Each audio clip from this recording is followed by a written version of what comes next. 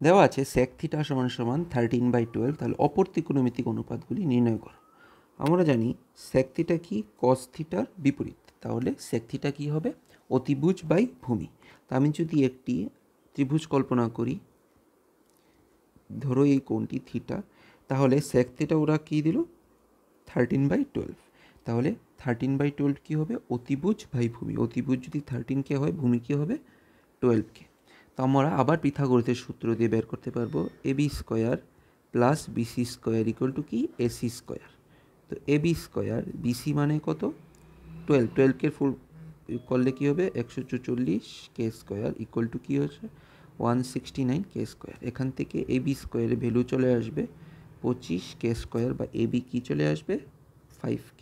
তো এই জায়গাটা কি 5K। তো আমাদের কি বের করতে লাগবে, প্রথম সাইন থিটা বের করো।